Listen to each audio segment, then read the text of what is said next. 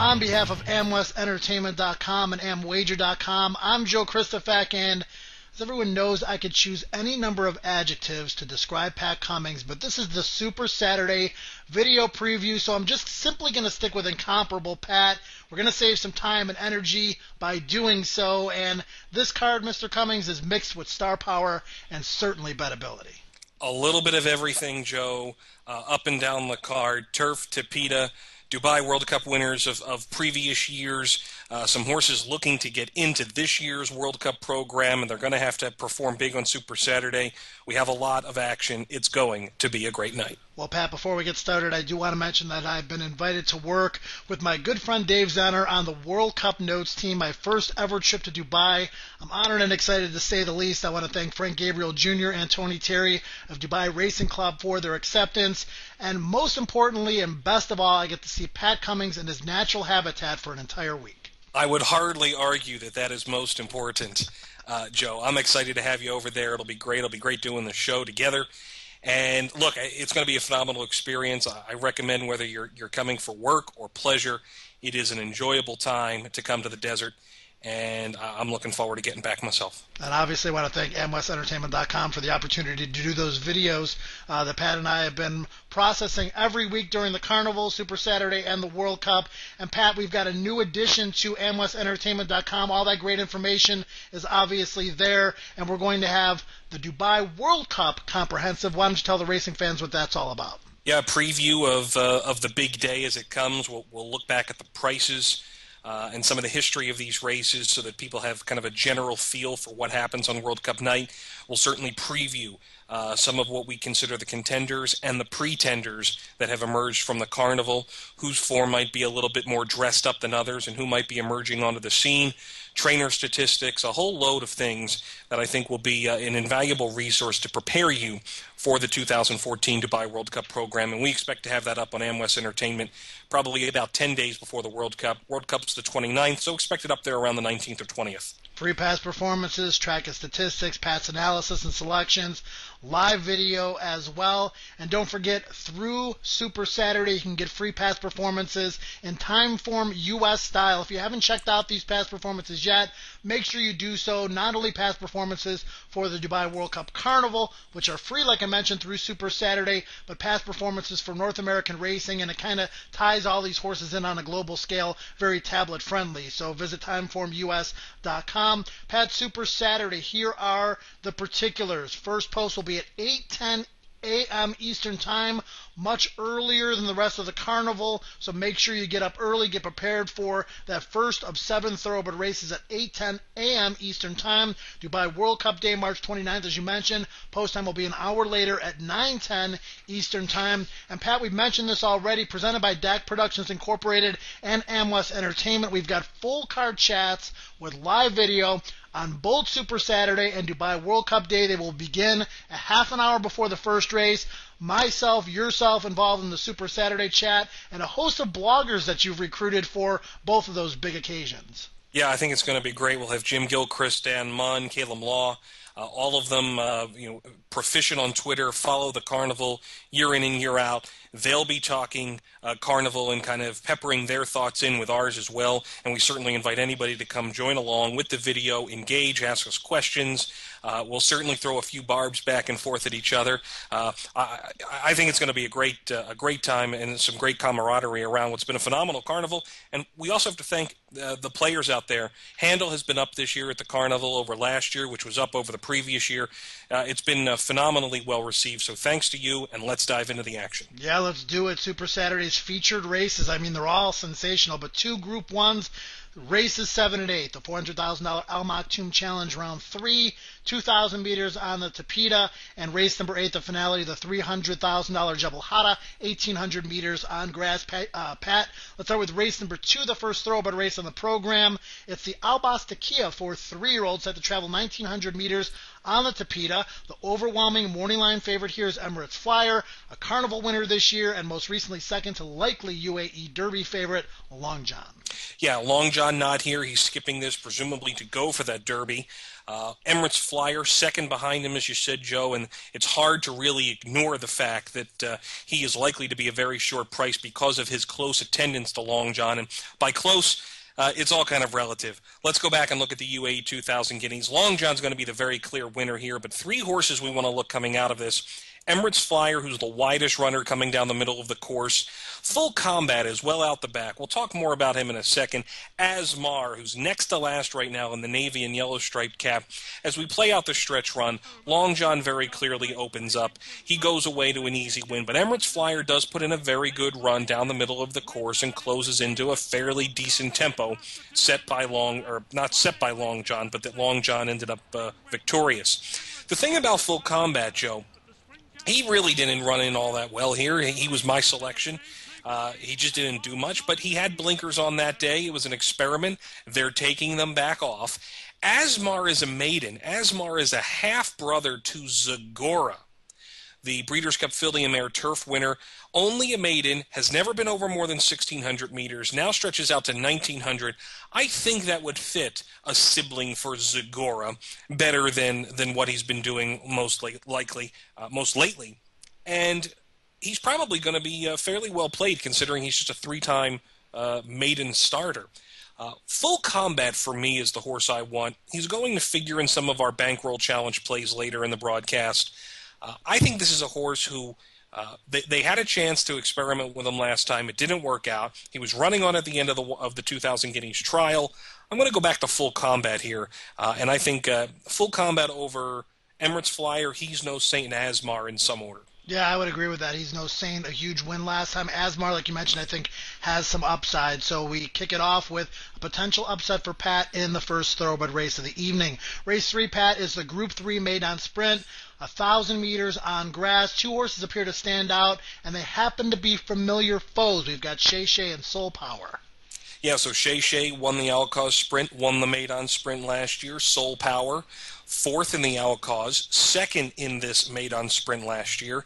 And then Soul Power turned the tables on Shay Shay by the slimmest of margins in the King's Stand at Royal Ascot last year. Now, they both come back. They both make their seasonal reappearance here.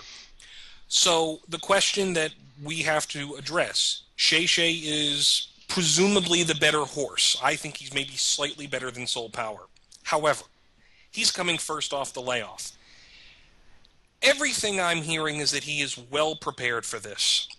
But you just don't think that, Mike Dukakis made it very clear that it's Maiden Sprint, Alcaz, King's Stand. They want the big efforts to come second and third up. They don't want that monster effort. He could run a decent race and win here, and we're not going to be surprised. Let's go back to last year, though, and watch this Maiden Sprint. And we're just going to focus on Shay Shay and Soul Power. Shay Shay is in front of Soul Power. Soul Power has the white and red checked cap behind him. Just focus on those two. This was the second up effort for Shay Shay last year, after just a seventh placing behind Medici Man in his first up run last year. Look, he goes away, he breaks sets a new course record, he breaks it in the Alcaz, but this was Soul Power's first up run last year, Joe. So I'm thinking that Soul Power might be the more tuned-in horse first up. It's tough to go against either of them. I've picked them 1-2, but I'm going with Soul Power over Shay Shay here in this particular spot. Yeah, and I think if you're playing pick threes or multi-race wagers, those are the two you got to focus on. But, Pat, 6 of these horses were defeated by Medici Man, a horse you just alluded to in their most recent starts. I guess an important question is, how good is that foe right now versus how good that foe has been overall in his career? Yeah, he's an older horse, Joe. He did wheel back last week and won on the Tapeta. He really took advantage of a low handicap mark there to do that, so he at least franked his own form, so to speak. Alsaika and Beat Baby, numbers 12 and 1 here, they ran 1-2 and were each 40-1 in winning a turf race. And neither of them, Alsaika has waited for this spot. Duck Scholar ran well last week against Kavanagh. Hatoto has run well, and Atug has certainly been game in 2 of his 3 runs this year. In these turf sprints, we've always said that things get very confusing sometimes in the later stages, that a lot of these horses tend to take turns. But Shay Shay and Soul Power have pretty much shown that more often than not, they're better than everyone in this field. Totally agree. Yeah, the rest just seem to be a notch below. But as you mentioned, racing luck often comes into play. Pat, race 4 is simply fascinating. It's the Group 3 Mahab al-Shamal for sprinters on the Tapeta. Russian Soul has been impressive at the Carnival. He's got a win in a second. He's a lukewarm 9-2 morning line choice. But as you'll see later when I reveal some pick 3 wagers, there are many different numbers you can punch. This, to me, Joe, is the most compelling race of the night. Agreed. And they're all good races, but this is the most compelling. A field of 14. If one of them scratches, Z Bros will draw into this field. It's worth noting for our American audience, the former Bob Baffert trainee still with Zayat Stables. In this race, we have last year's Golden Shaheen winner, the previous year's Golden Shaheen winner, and last year's Godolphin Mile winner. In order, that's Ronaldo the Wizard, Krypton Factor, and Soft Falling Rain. Soft Falling Rain's drawn in 14. We'll talk about him in a minute, but we have to go back to really what we think is the key race here that binds a lot of these horses, and that is the Al Shindaga Sprint. A whole host of these horses are coming out of that.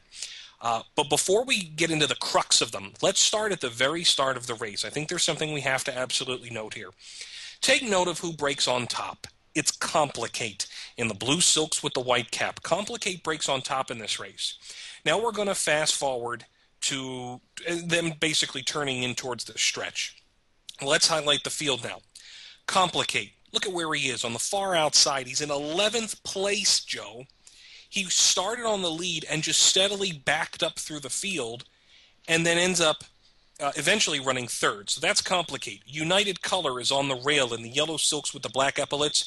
He is going to get boxed out and basically has no shot at things. Jamesy is behind United Color on the rail in the red silks. He'll go around him to catch second. Bello just runs a decent mid-pack race, is in the all-blue silks. Then we have Russian Soul, who's in the middle of the pack. He eventually will go and win the race in the navy blue silks with the light blue sleeves. And then Belmont Mass. He's towards the back on the outside here. He's in about 12th right now. Red silks with the white striped cap. We play it out. United Color runs into trouble. Jamesy comes around him and shoots through, but it sets up for Russian Soul. Gets basically a dream trip through. He's clearly an informed horse, as the Mick Halford stable has shown throughout the course of the Carnival. But look at Complicate on the outside, running into that phenomenal third placing. This is a horse who led through the first 100 meters of the race, fades through the field. It was really inexplicable. And the data that emerges from this race, he covered a lot of extra ground here as well, too, Joe. And it brings us to our first Trackist stat of the day. From the Al Shindaga Sprint, Complicate covered 7 meters more than Russian Soul, 13 meters more than Jamesy. They run 1-2 in the race. Complicate was beaten just a length and a quarter. It was his second start in from Australia. He'll go third off the layoff now. He clearly showed he can get over Tapeta and had to run a strange, somewhat bipolar race. I thought this was a really strong effort from Complicate, and I'm making him the Amwager value play of the day in a race that's going to get a lot of attention on a lot of different horses that aren't Complicate. Totally agree. Third run of the Carnival, nice 3-week break leading up to this race. Much better draw for this than his last couple of starts. Ronaldo the Wizard, you mentioned him, past Carnival success, well documented. He did not enjoy a very clean run at his first and lone try here this season. You mentioned Soft Falling Rain, who makes his 2014 Carnival debut, and Pat, an intriguing Hong Kong invader by the name of Rich Tapestry. So like I mentioned, a lot of different ways you can go, a lot of horses in very good form, and some other good horses who are going to be making their Carnival debuts that intrigue as well. Let's take them in order, Joe. Ronaldo the Wizard. He was not keyed first up. The connections made that very clear. It was a true prep for him, and this was always the plan. One run at the Carnival, lead him into the Mahab al-Shamal, get him to peak. Last year in his third up run, he won this very race, the Mahab al-Shamal, by 4 lengths. He blew them away. That's the run they won from him in the Golden Shaheen. So this has been the plan. So second up last year, he was just a relatively narrower winner. It wasn't the 4 lengths that he won this race by last year. So that's what they're looking to get from Ronaldo. I think he has every right to step forward off that last race. and saw falling rain. 6 furlongs, back to what he was doing as a 2-year-old. He ran 1,400 meters here last year. He is undefeated in Dubai. I actually think the outside draw helps him, Joe. It's going to stretch this race a little bit more for him, which I don't think is a bad thing for a horse who's used to running a mile, but he's coming off the layoff. And then Rich Tapestry. Look, this is a horse unbeaten on surfaces that aren't grass. He was a winner on the all-weather when he was still in Ireland at Dundalk. He is a winner on the all-weather / dirt-like surface at Sha Tin, in arguably much lesser company. He has been proficient on the grass there as well, but this is a chance to get into the big race. They come in, they bring their own jock, and Olivia Deleuze from Hong Kong, who's certainly familiar with him. First runner in Dubai for trainer Michael Chang.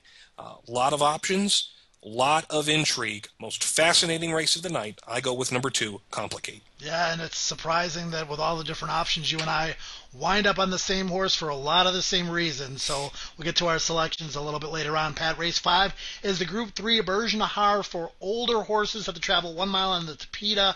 Pat, Variety Club is a defined 2-1 morning line favorite here, and for good reason. He's 15 for 20 lifetime, and he looked as good as ever in his initial Carnival run this season, won with something left, and should even take a step forward from there. Probably would have been a track record if it were not for an issue with the starting photo finish mechanism that starts the race. Probably would have been a course record otherwise. Variety Club, 2-time South African Horse of the Year. And so far this Carnival, Joe, actually all year in Dubai, there have been 49 races at the Carnival of 1,600 meters or less. 2 of them, only 2, have been won by horses who led at every point of call. Variety Club is one of them. The other was just a lowly handicap, a 60 to 70 rated handicap back in January. I think Variety Club is the horse. We go back to the Firebreak Stakes. It's going to be easy to find Variety Club. He's on the front end, lengthens away. Where they go from this race, from the Berge Nahar onto World Cup night, that is a question. I don't think we have the answer for that. Hafek runs into second. I think these 2 are very capable of just running the same type of race here in the Firebreak. It is a field of 16. I don't really see anyone coming to upset Variety Club. Do you? Not really. I think there are 2 horses maybe on the upswing. I think Gold City, Avon Pearl are horses that are moving forward, but forward enough to defeat Variety Club? Probably not. The only question is if you're playing multi-race wagers, do you single on Variety Club or do you try to actually make some money? You could go either way there. I guess it all depends on your budget and ticket construction. I'm going to disagree. I think Gold City's beaten leftovers. I think Avon Pearl was a horse who won a 95 to 105 rated handicap. This is a much better field. I think they're both just kind of taking a shot to see if they can get second or third and really get that invitation to the big race. Look, Variety Club, either you single them or, like you said, you go deep, and if you do, you will be well rewarded if Variety Club doesn't run this race. I don't think that's going to happen. Totally agree. All right, Pat, race number 6 is the Group 2 Dubai City of Gold for Turf Marathoners. Another very contentious affair. We've got Penglai Pavilion earning the Pat Cummings nod as the lukewarm 4-1 choice. Off since October. Class edge here? Won't hold it against you, Joe. Penglai Pavilion. What did I say? It's close enough, Joe. Close enough is usually what I'm going for with these horse names. Hey, if he wins and you have a ticket on him, so be it. 4-1. Look, I think this is probably the most wide open race of the night. A field of 16 here. If we just run them down, Model Pupil on top, the number 1 horse, lost the whip last time, got back on grass, ran a fairly decent race, and now cuts back in distance, gets Ryan Moore. That's a lot going in one horse's favor. Empoli ran incredibly well last time, running second behind Tazadeh in the Dubai Millennium. Mount Athos is slightly cutting back in trip, but he's been sufficient here. Mujarib stretching out for Mike DeCock after he came closing in the Dubai Millennium. Sheikh Zayed Rhodes on the stretch out. Songcraft is very proficient over course and distance. Heavy Metal stretching out. Penglai Pavilion off the layoff. Ralston Road, he was closing like a shot over a longer trip. Start Right has done nothing wrong, bar running second behind Ella Valence and Chavez in the last 2 weeks, both highly respected horses. Meandra is a Group 1 winner. on grass, and Battle of Marengo much more proficient on the turf than he showed in the Tapeta Maktoum Challenge Round 2. My gosh, Joe, 16 horses, and I think 14, maybe 13 of them with legitimate chances here. I don't have a very strong opinion. I'll make that pretty clear. My analysis says so up on the website. I've sided with Empoli, number 3, for Audrey de Vries and Peter Shergan. Well drawn. They like to run on the inside. It's my least strong opinion of the night. Yeah, I thought excellent result. Really took a step forward in his young career. Last time out, it was a visually impressive win. He's only run 9 times. This will obviously be a class test. One of those horses, I believe you have him 12-1 in the morning line. A lot of the horses in here will probably go off in that range, and like you said, a lot of value to be had in the Dubai City of Gold. Pat, race number 7 is the first of 2 Group 1 races on the Super Saturday card. Al Maktoum Challenge, Round 3. Horses with World Cup aspirations, led by Prince Bishop and African Story. Now, Prince Bishop defeated African Story in the recent encounter in what was certainly an upset to the punters, and perhaps that's why the latter has been given your blessing as the morning line favorite. Prince Bishop did not make a believer out of you, apparently, at the tender age of 7, Pat Cummings. And African Story is a 7-year-old, too. I just think he's the better horse, Joe. Prince Bishop ran the best race of his life. We've seen good races from African Story in the past, but Prince Bishop really stepped up to a new level, got the jump on the field, and they couldn't run him down. Now that you get an extra 100 meters here. If we ran down the field here, a field of 14, the horses that I think really have a legitimate chance of winning are Prince Bishop, Elaval, African Story, maybe Catamountain, and Senchaves. Those are the horses I think can win. Prince Bishop, Elaval, and Senchaves are 3 of the 4 horses who have wins over course and distance at Meydan. African Story, if that last race was 2,000 meters, he was probably going to catch Prince Bishop. So I think African Story deserves the slight favoritism. I think the market will respect him as such.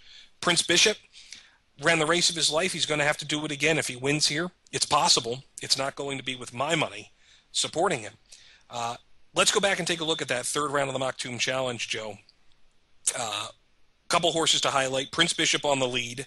African Story is well towards the back here in the all-blue silks. He'll come and get second. Zambuca, who is back in this race. He's there on the outside in the blue with the bright green sleeves and the shadow roll. And then just to his inside is Surfer, who was drawn in 15 last time. He's drawn in 14 this week. That horse just never gets trip luck. We play out the Maktoum Challenge, and look, Prince Bishop just got the jump on the field here. Kieran Fallon said after the race, maybe I had moved too soon. He didn't. The horse won. That, to me, expressed a belief that this was a little surprising, that he was doing what he could or what he thought he needed to do to win the race. But African Story was the horse that, seems to have matured well and gone from that miler, he's a Godolphin mile winner, into stretching out over these longer trips. You don't see it happen all that much with the older horses, but that's something he has done.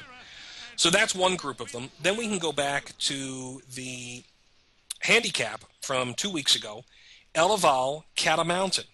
Elaval is down on the inside in the red silks, and Catamountain in the all-blue way on the outside. And guess what, folks? He had that trip the entire way around. Elaval is a horse incredibly proficient on the all-weather at Meydan. Second in the UAE Derby, a winner here in this particular fairly salty race. And guess what? He has another very plum draw, Joe. I think Elaval he's just one of those horses that loves this track, and you don't have to be a Group 1 winner in the past to win the Dubai World Cup. It doesn't have to happen that way.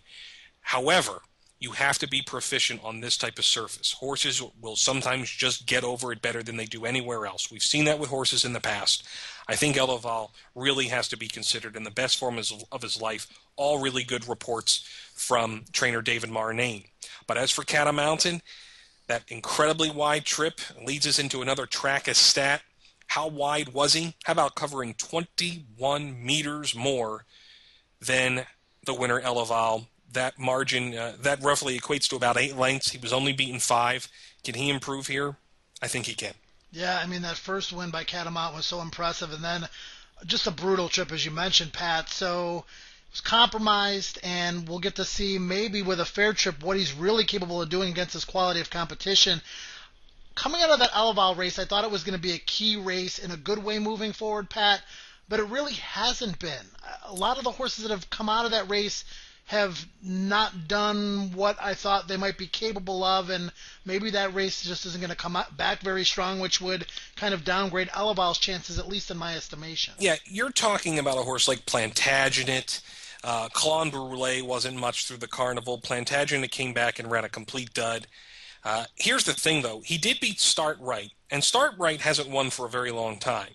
But it is worth noting that Start Right, who goes in the Berge Nahar, he has come back and ran second last week to San Chavez.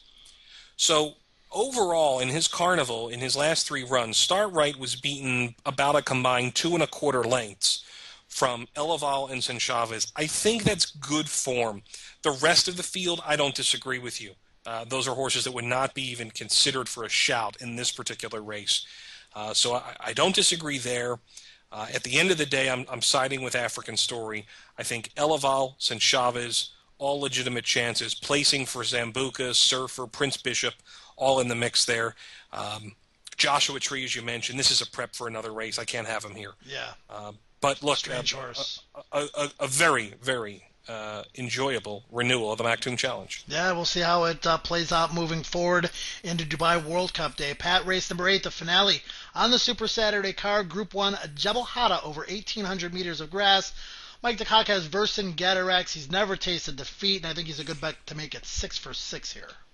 You know, he's a horse, I think, who only does what he absolutely has to do, Joe. We saw that in his Daily News 2000 win, the Group 1 in South Africa. We saw it last time first up, and I think it surprised the yard that he had come around and he won. But that was a handicap. This is much tougher company. So it's possible that Vercingetorix doesn't win. It's possible he does. I'm not going to be surprised just about any result. He has heart and resolve, and you can't train that. He just seems to have a will to be in front of the field and keep them at bay. So that goes into his corner. Here's where I think the problem comes in. I think there's a lot of speed in this race. I think we're going to see it from, well, certainly Vercingetorix, who likes to go forward, but we could see it from a couple other horses. Quick Wit could go forward. You know, Anaerobio is owned by basically one of the racing managers and friends of the owner of Vercingetorix, and I don't think Anaerobio is going to get 1,800 meters. He's going to need a float to get 1,800, I think. So given the way he's been running now, it's possible that he goes forward under Pat Cosgrave for the same, basically the same type of connections. Al Wab on the outside, he went forward and stayed on pretty well, so I think they're going to try and do the same thing this week. Mars gets blinkers on. I'm not quite sure if he's going to show some speed. At the end of the day, the thing is, I think this might set up for Trade Storm, who needed that race last time. He's going to rebound off that, come on for that, an extra 200 meters, and I've actually sided, finally, with Trade Storm on top. All right, well, that's a look at the Super Saturday card.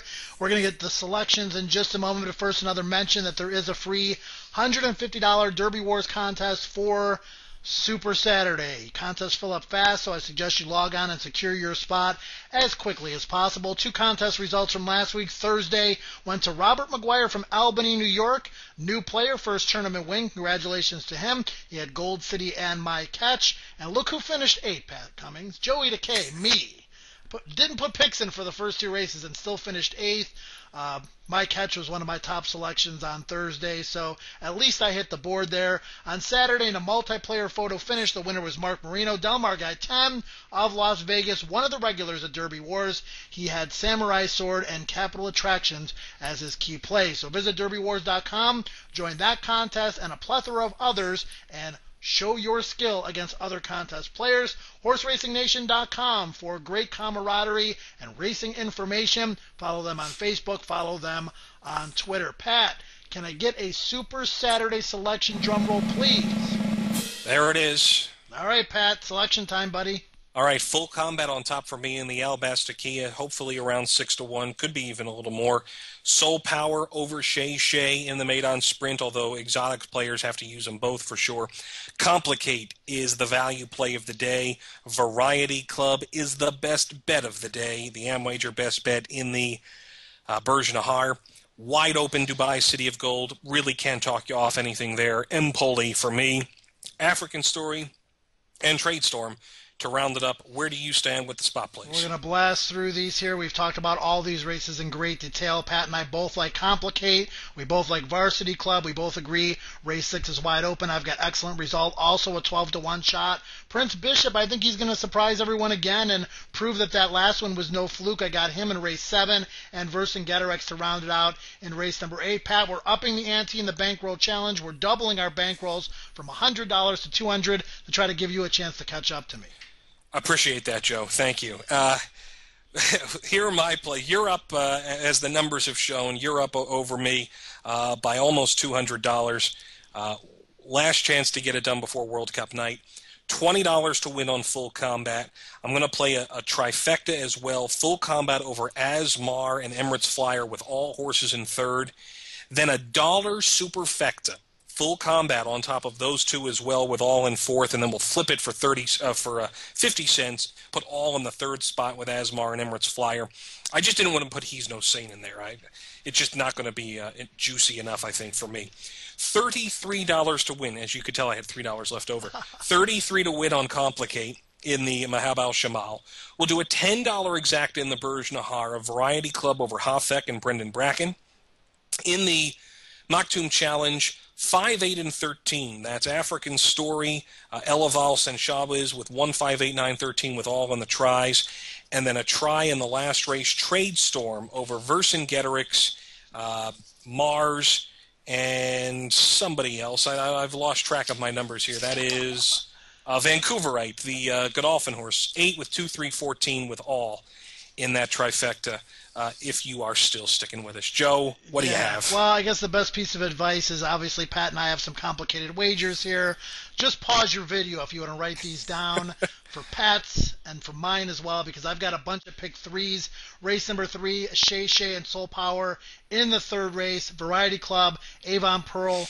Hopefully bombs away there, although I agree with Pat, Variety Club is going to be tough. Those are my 2 keys in race 5. Race 4, I'm going with Complicate, Win, and Place. Another pick 3 in race number 4, adding Gold City and Zahi to Variety Club and Avon Pearl, and singling Excellent Result, which is a little bit of a bold move in race number 6. Race 5, $10 exactas with Variety Club being the key on top, and $5 exactas with him underneath. Race number 6, 10 to win, 30 to place on Excellent Result, who should be a big price in a wide open race.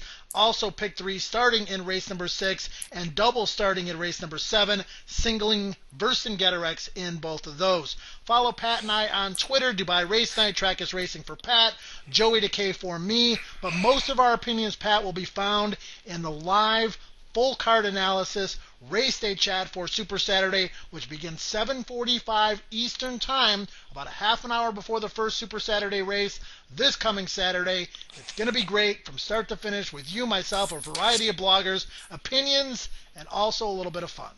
Look forward to seeing everybody there. Should be a great morning. Can't wait. Super Saturday, indeed. For the incomparable one, Pat Cummings, I'm Joe Christofek. We'll see you in just 3 weeks for a preview of the fascinating Dubai World Cup card. Until then, enjoy Super Saturday and hope you cash lots of tickets.